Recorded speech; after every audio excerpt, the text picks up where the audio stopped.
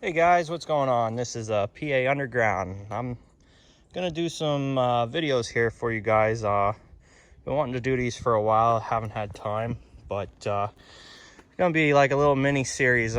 These sites are disappearing faster than than I really would like them to, but today we're out here at the East Brookside Colliery. Give you a nice panoramic here of what we're standing at now. This is the East Brookside shaft. This shaft extends to the depth of 637 feet deep, and at one time was the one of the largest collieries in the southern anthracite field. Today there's absolutely barely anything here that even shows the scale of this place to what it was. The East Brookside was primarily mined by the shaft you see here in front of you in your screen, but they also first started out with two slopes, and that consisted of two slopes over by the West Brookside. This was actually two collieries, but they were jointly owned, so you have the East and West Brookside. Now, the West Brookside had the number 4 and the number 5 slope, which were very big slopes, and they were what started this colliery. The East Brookside had one slope. We'll go over that way here in a little bit. Now, mind you, all these slopes are closed and sealed, and they were at a degree of almost 90 degrees, so, you know, they're damn near vertical, and they're not safe by any means. But East Brookside didn't function off of a slope. Their main haulage was this shaft, so everything came out of here. Now the West Brookside, which we will go to later, produced 300 and 350 cars a day out of the main slope, which those buggies were fairly large. They were probably 5 to 10 ton buggies, so that is a lot of coal. So what I'm going to do up here for you guys is I wanted to give a nice description of this place. I wanted to give you guys the history, and I want to show you guys around up here, because one of these days this place is not going to be here much longer, along with a lot of the anthracite. I don't know for what reason, but it seems like the government does not like our history, so collapse, fill, and seal is the answer. But so there's your shaft. If you turn around outside of the gate that doesn't have a gate on it, I didn't cut that, I didn't open that, it just does not have a gate on it anymore. But if you turn around, these pylons here, there is a bunch of them, and there's a bunch of them that little trail took out. They were for the head frame, so they would hold up the massive wood structure that would go above the shaft, and inevitably the shaft cages and everything else would come out of that, and these took the load of that and all the coal buggies. The East Brookside shaft was a 4-compartment shaft. Only 2 compartments were used for coal haulage. The other 2 were primarily water pumps. They'd pull up those big metal cylindrical things that would fill with water, and they'd come out and they'd shoot the water down the hillside. And speaking of the hillside, down there is the ruins. It's kind of hard to see. Down there is the ruins of some of the buildings. Behind me, by these pylons, there is the old engine house, one of the few remaining foundations up here. Try to get over there. So this is the massive engine house that stands up here at the East Brookside still.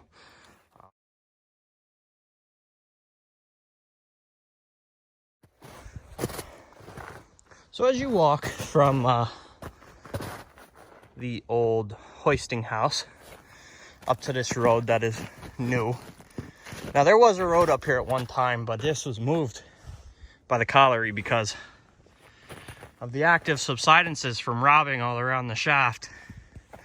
But if you walk up here onto this road, there is the remains. Kind of hard to see up there, but that is the remains of the old fan shaft. There's not much up there, just a big hole in the ground, really. The fan is long gone, scrapped to help with the war effort. I believe Brookside shut down somewhere in the 1930s.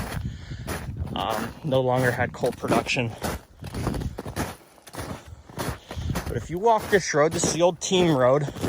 This road will take you directly over to West Brookside, which is, I think, 2 miles or so. But if you walk this old team road, a little bit away from the heisting house, it brings you down to the change house. And there's where the change house still sits, and surprisingly it's still pretty well there other than a roof. But outside the change house you have this little foundation sitting out there, and that is the lamp house that would hold the safety lamps, the Edison lamps if they had them, carbides. And you'd have to give the guy sitting inside that shack a check tag, and that check tag would present you with either a safety lamp, a carbide lamp, or some kind of light to allow you to go into the mines. So then you would walk past that after you changed, and there is your heist house. Now, that's seen some better days. And then right in front of your heist house is the shaft, the East Brookside shaft. So when those coal cars would come up, they would come up from the shaft and they would come out onto this team road that I'm walking here. And this is a very, very, very nice team road here. So all these cars would literally fly down this road. There was no necessity for locomotives. It was all done by gravity. So these would go down all the way down past the change house sitting over there to the left, and they would go down all the way down. And eventually this ties in with the main railroad line, which is right below us. That main railroad line would then hook up to the buggies and shoot them off to West Brookside, because West Brookside had the breaker, and that processed all of the coal from East and West Brookside that was mined.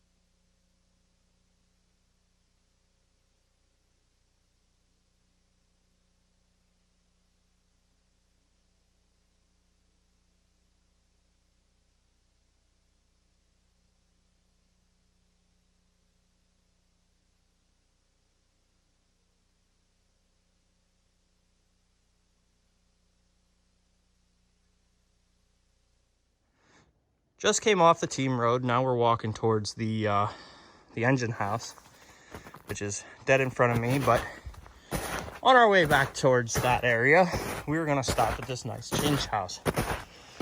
Now there's not much left here.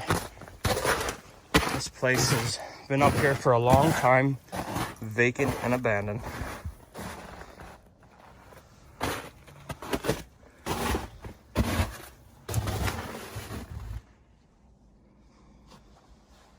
You could hang coats, whatever you wanted to there.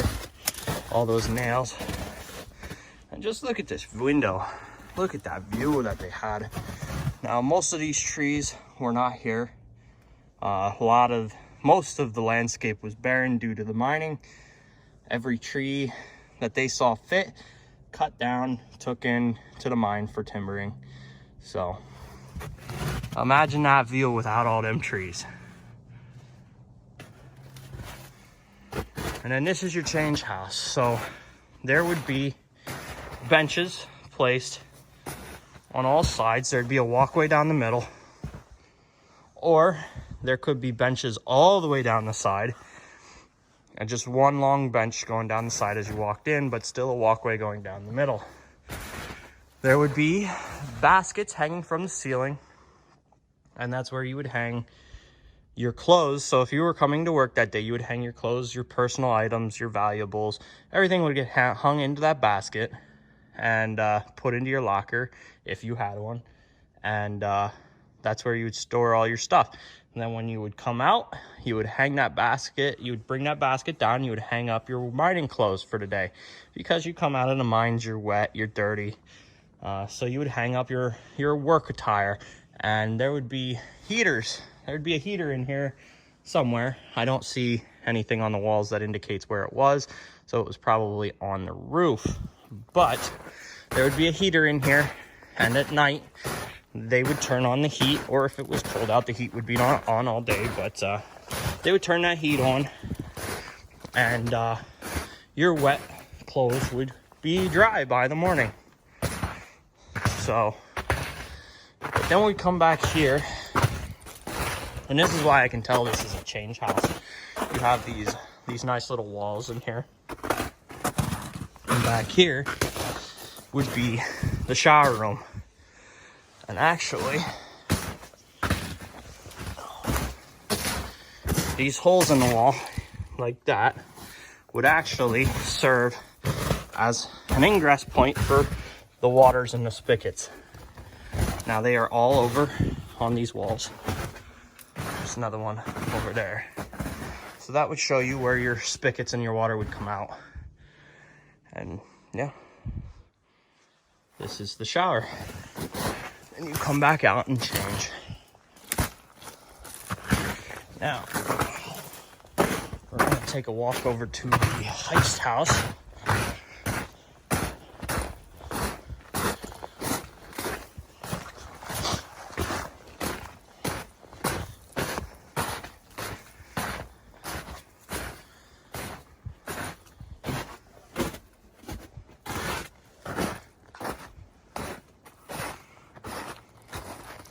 And as I was stating before, that road down there is the old rail line. Now there's 3 on this mountain. There's 3 rail lines total. That is the middle rail line. That would serve as the rail line for both collieries. So all the coal cars would get moved from this colliery to Brookside and back. There's another rail line above us, and there is another rail line below that. I do not know what the purposes of the other rail lines were for, but I'm sure some research should figure that out. But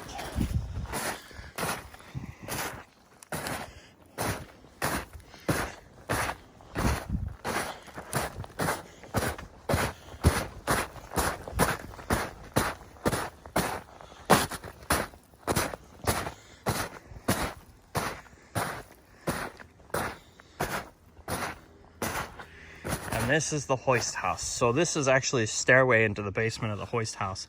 There would be another stairway, probably wooden, that would go up and be halfway level across that.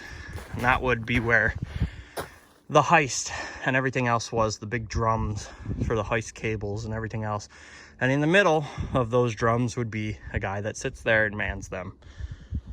Some of those concrete footers that you can see right there and over there, those are the footers for the drum hoists.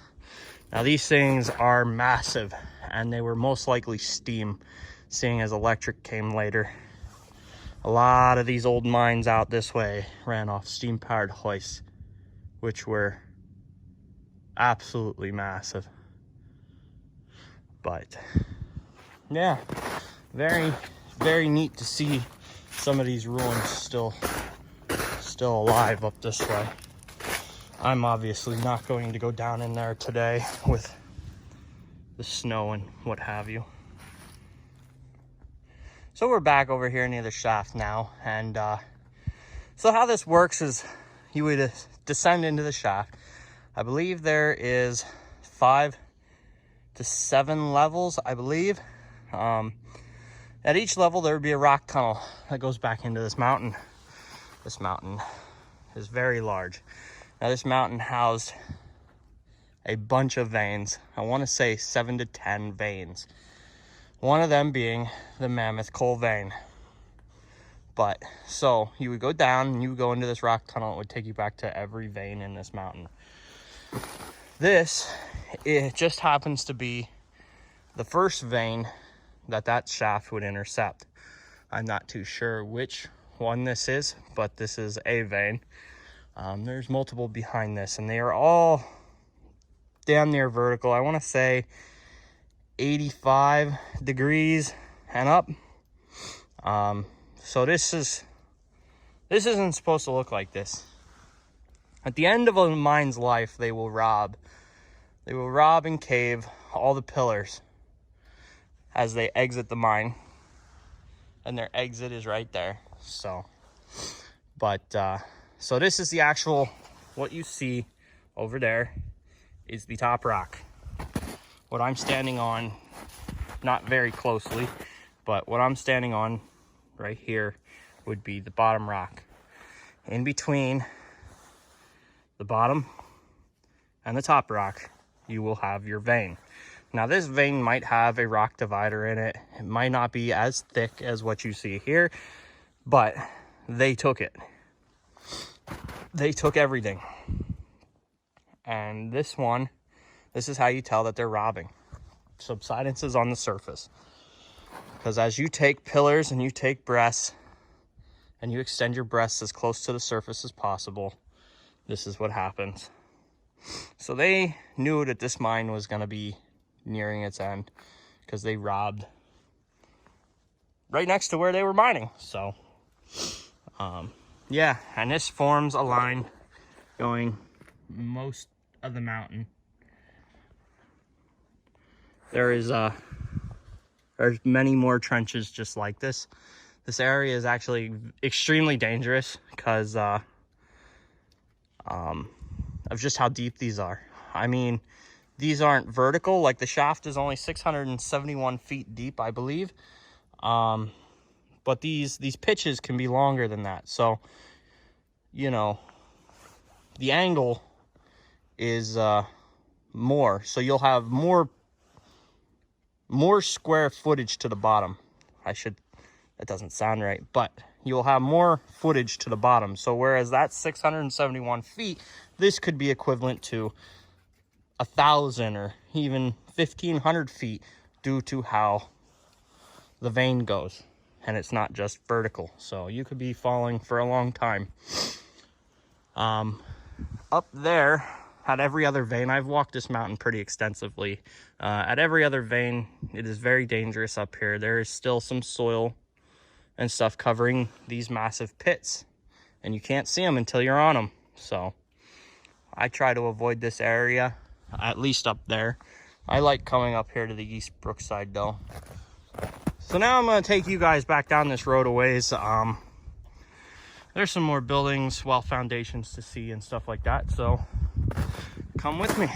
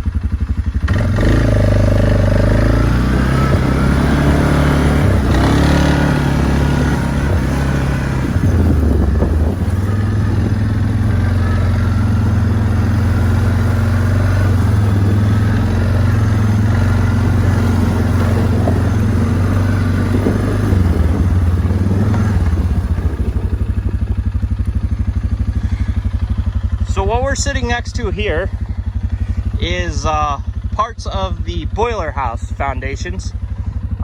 Like I said, this road wasn't really here. The team road pretty much ended back there. This might have been a walkway or something, but you're probably sitting inside of the boiler house as we speak. But that's what this is. This was the boiler house.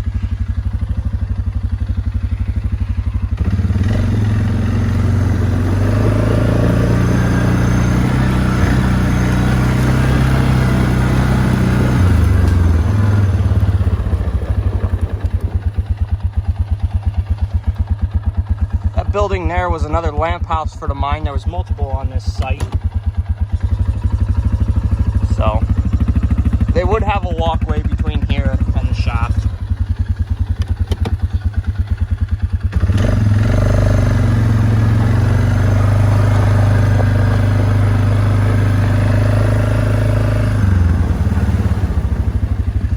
Now, I don't know if you guys can see it or not, but up there in those trees is the old slope.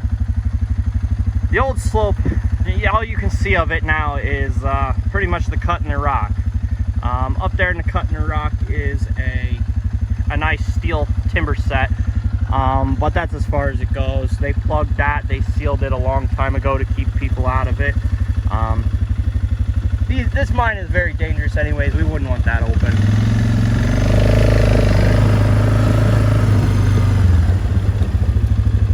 But quad. So over here, so you have your slope up there. Straight across from the slope is another engine house. So this engine house also ran off of steam, another big steam hoist. So this engine house was the first thing here. They did everything by slope first and your shaft came last. So this is one of the older foundations and ruins we have up here. And what they would have is they'd have the engine sitting down in there. The engine drum actually sat down in that hole. And again, the concrete and brick around that would be your footers for the steam hoist. And then they would have a tipple. There's part of it there. They would have a tipple with a shiv wheel wrapped around it, and the cable from down here would come up and go down into your slope up there.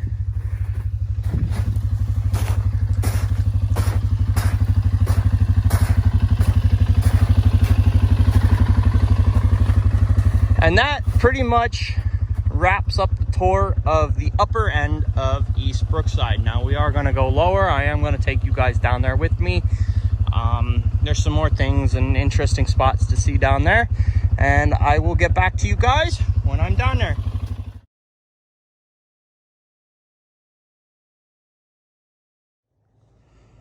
All right guys, so we made it down to the lower road now, and I'll show you what's on this lower road. So over here against the old rail bed, this is what they called a Foreman station, first aid station, hospital, is what this cutout is right in there. Now there's steps over there, kind of obscured by that tree, but there's steps over there, and they go up to the next rail bed, and they zigzag their way back up that rail bed. Now, what I'm standing on here is actually either a generating station, a high tension power line, or it could be an air compressor or boiler. Used to sit right here. And that would feed electricity or water or pumps out of the mine. Now, we're going to come down this road a ways over here.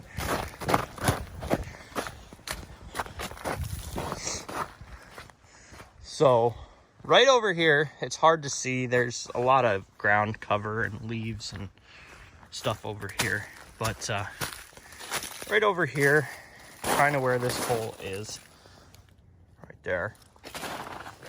And of course, this mountain was cut back a little further. It has subsided over the years. So right here was the blacksmith's shop. for the mines. They would have a forge in here. Anything you needed, they would make. And then if you walk this road a little bit further, now we're on an old rail bed, which was also used by the locomotives for inside the mine. If you come over here, there would be a switch somewhere, probably right there, that would come off this. And this would be the motor barn. And an easy way to tell that this is a motor barn is that there was a garage door right there. And then the track would come in and it would straddle this pit. So there would be track there and there. And that would be where you worked on the bottom of your locomotives. Most locomotives were very heavy, some ranging from 5 to 10 tons. So a motor pit was a necessity. Each side has steps. There's steps there and there's steps over there. There's also little cubbies. You put your oil and tools and stuff down there. But that's what this building was. Now if you come straight out of this building, on the other side, because there'd be another garage door over here, and would hook up to your main line again. If you come straight out of that building, you cross the road again, there is the lamp house. Now this lamp house only furnished this number 1 tunnel that's down here.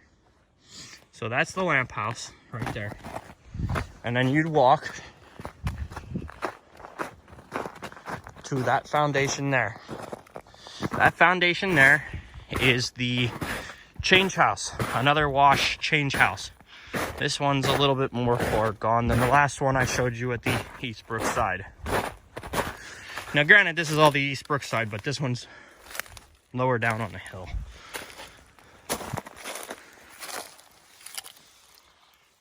Whew. Now that's a hole, boys. So yeah, this is where they would go. You can see the steps right there. You'd walk up and there would be where you have all your baskets and all your clothes, and then there would be a part for a shower and everything like that. Behind this, I'm not going to walk over there, there's not much over there, is the boiler house. There's, like I said, there's nothing much there anymore. So up there at that snow line is your upper rail line that takes you over to the East Brookside shaft. Now while I'm over here, we'll take a little walk.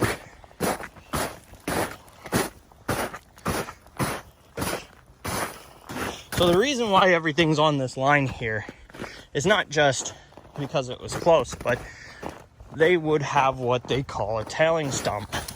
So all the waste rock, non-coal items would be dumped over in this general vicinity. And this is your tailings pile, waste rock. So it was easy to build everything that came down that line from the mine. It was easy to put everything in line here because at the end of the day, you're dumping over here anyways. Now this line didn't extend much further. It went up to a switchback that I actually came down from the upper road, and that takes you up to the East Brookside shaft. So we're walking back over to my quad now, and you guys are gonna see this. I don't want to show you this yet, but this is the number 1 tunnel. A disclaimer before I take you over there is I do not want people entering into abandoned mines. This one is that I'm going to show you is caged for bats and bat surveys. This is a very well-known mine in the area. It is actually an off-road park, and they have it labeled on their maps to come down here. It is a very scenic thing to do up here, so I don't mind showing you guys this, but I used to play in the abandoned mines. We don't anymore. stay out, stay alive, guys. I mean, especially this mine. I mean, like I said earlier up at the shaft, these coal veins were, you know, very steep. 85, some places 90 to 75 degrees. I mean, and they robbed it out. So, and actually on some of the mine maps and older things that I have in my personal collection, it shows just how robbed these tunnels are. And in some places you're walking through and you'll cross the vein, and you know, those breasts follow all the way through, all the way to the end of the mine, to the lowest point. And some of them are worked up to 15, 20 foot below you, and you won't know what you're walking on until you fall through it. So these mines and these tunnels are very dangerous. I'm glad that they have gates and locks and everything else they have on them. But yes, please stay out of the mines, guys. Especially these ones up here in the southern field are very, very dangerous. But there's your portal. This is the #1 tunnel. This is the closest to the shaft. Now, this tunnel, before it had this gate on it, I had the privilege of going in this mine. As I said, there's not much back there, guys. Don't be coming up here. Don't be chopping this apart. This is posted land. They allow their off-road drivers to come up here and see this. Very, very beautiful. Very beautiful entrance. We don't see many entrances like this, so please don't abuse this. This mine doesn't really go anywhere. The second vein back, it's collapsed, so it is really, really not worth the dangers and the hazards. It only goes like 400 feet maybe, but there's an entrance.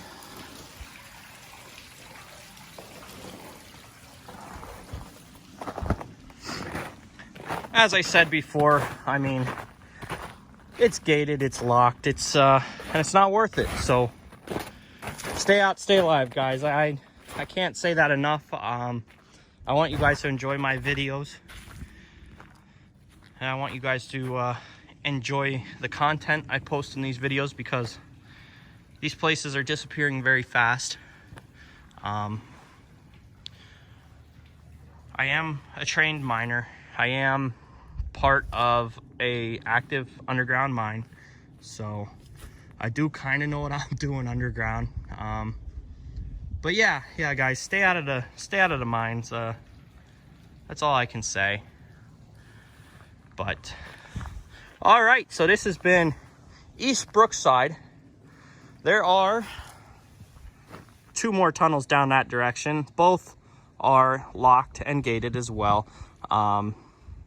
The second one is the #2 tunnel. And then the third one is not part of the East Brookside Colliery. That one is part of the Kiefer's Tunnel, is what they call it. That one actually spews out onto the highway, and they had to put a pipe in to make that drainage go away, because in the winter that caused a lot of headaches and lots of accidents. So, but that wraps it up for the East Brookside. I'm not going to take you guys down there. They aren't worth even looking at. So, again, this has been a great adventure. I'm happy to bring you guys along, and there will be more in the future. Please like, comment, and subscribe. Anything that you guys would like me to add, please let me know. And all right, I will catch you guys next time.